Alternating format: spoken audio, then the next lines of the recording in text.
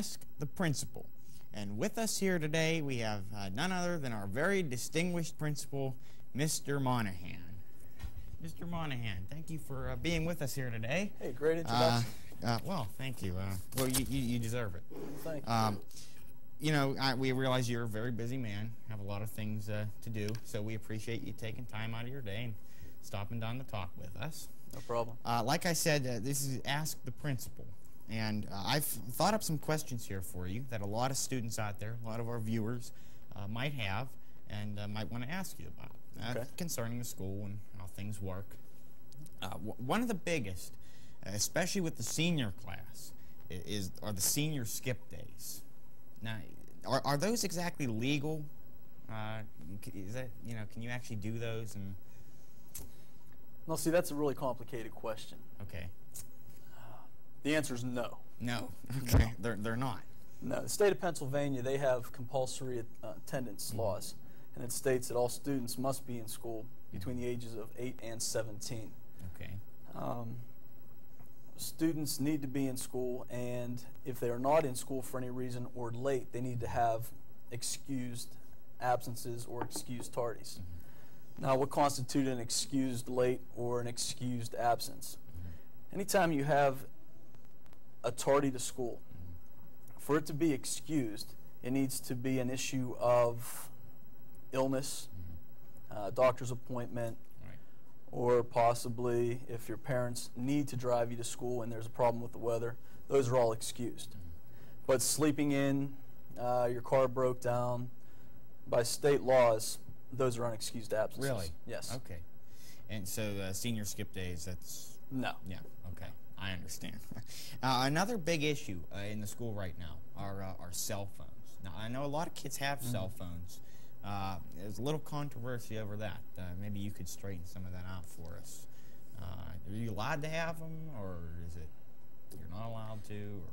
Well, you're going to find out, Chris, that a lot of times state law dictates what goes on in the public schools. As far as having cell phones, there's nothing wrong with having them in your book bag, because a lot of people at Ford Cherry, you know, they need rides home from activities and practices, and that's fine. But when they come out during school time for inappropriate reasons, such as checking your text messages or just even taking a call during class time, they can be confiscated by the teacher. And by state law, a teacher, administrator, or school authority can confiscate those. Okay. And then the other thing is, when we go up to lunch, we notice that in the cafeteria, there are a lot of those new cameras. Yes. Up in the ceiling and everything. And a lot of kids, I've heard them say, well, you know, those aren't real. That's just a psychological thing to make us think we're being watched. Now, maybe you can clarify, are those real, or is that just kind of a thing to make us think that we're being watched more? Well, if you've had the opportunity to talk with some of the students that I've taken on a field trip to the cafeteria police, I'd like to call him. Okay. They know that the cameras are fully functional. What we do is whenever there's an incident, like someone leaves a tray or somebody steals from the cafeteria, what we can do is we can go on any camera, which covers the entire cafeteria and the lunch lines, and we can just take that tape and roll it back, and we have everything right there. And as of Tuesday this week, the administrators were all equipped with the software so that we can actually view what's going on in the cafeteria in our offices. Really? Yes. Okay, I see. Well, that's about all the questions I had. Well, once again, Mr. Monahan, thank you very much for stopping down with us today. I really appreciate it. Hey, thanks for having me, Chris. All right, sure, Appreciate I enjoyed it. Mr. Monahan, everybody, we'll be right back with Grimm from the X.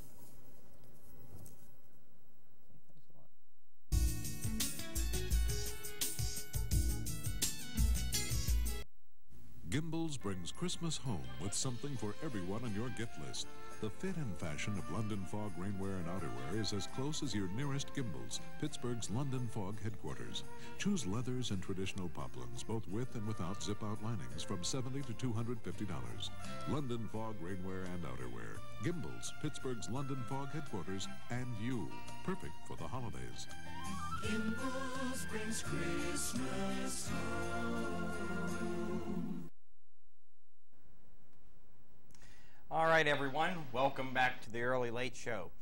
Our first guest today, you might recognize his voice if you listen to the X 105.9 anytime on weeknights from 7 to midnight. Here he is, our first distinguished guest, Grimm. See, I'm nervous now. You're nervous now? Yeah, I'm nervous now because they're going.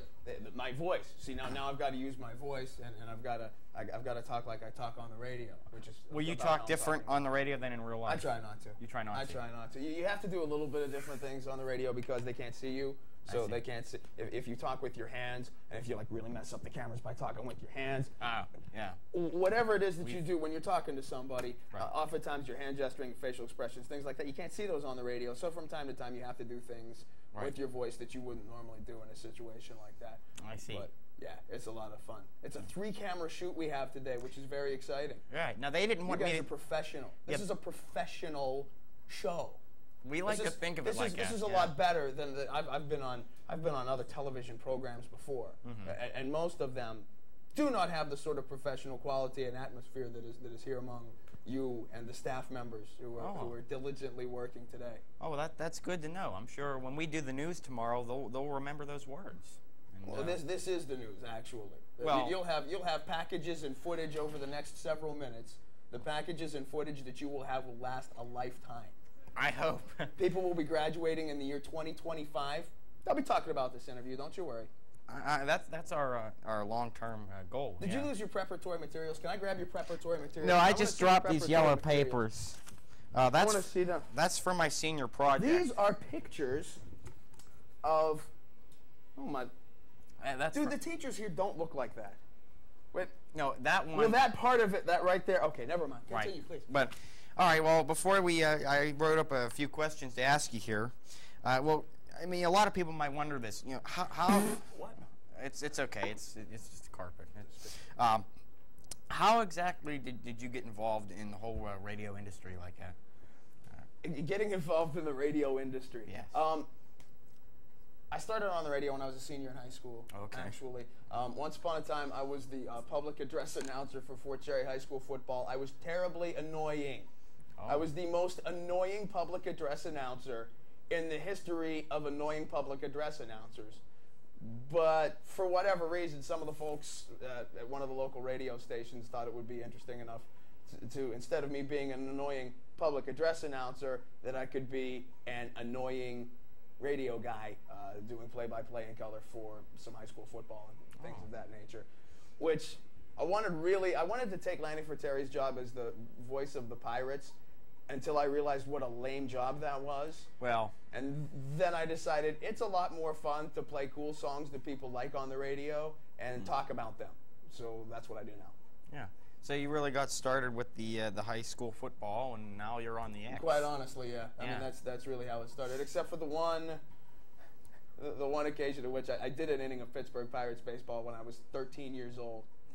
That was actually first time on the radio. It was before my voice changed. And if any of you unearth the tape that has me back when I had hair that I didn't comb very much and braces and probably an extra 60 pounds to my frame, I will hunt you down and I will kidnap all of your pets. I can't make real threats here. Oh. So I'll just kidnap the pets. Well, I don't have That's it. enough to make people sad, I think. Yeah. So. Take care of business. Okay. Now, also, when you're on the radio, what exactly do? You have a show that you do every weeknight, right? I think of myself as a play-by-play announcer for rock music and lifestyle issues for young American people. Okay. Well, that's not important. I'm like Motown in the 60s. I'm the voice of young America. No, what it is, anybody can announce a song. Anybody can tell you what you just listened to and what you're about to hear. If you can do a sort of a job of relating.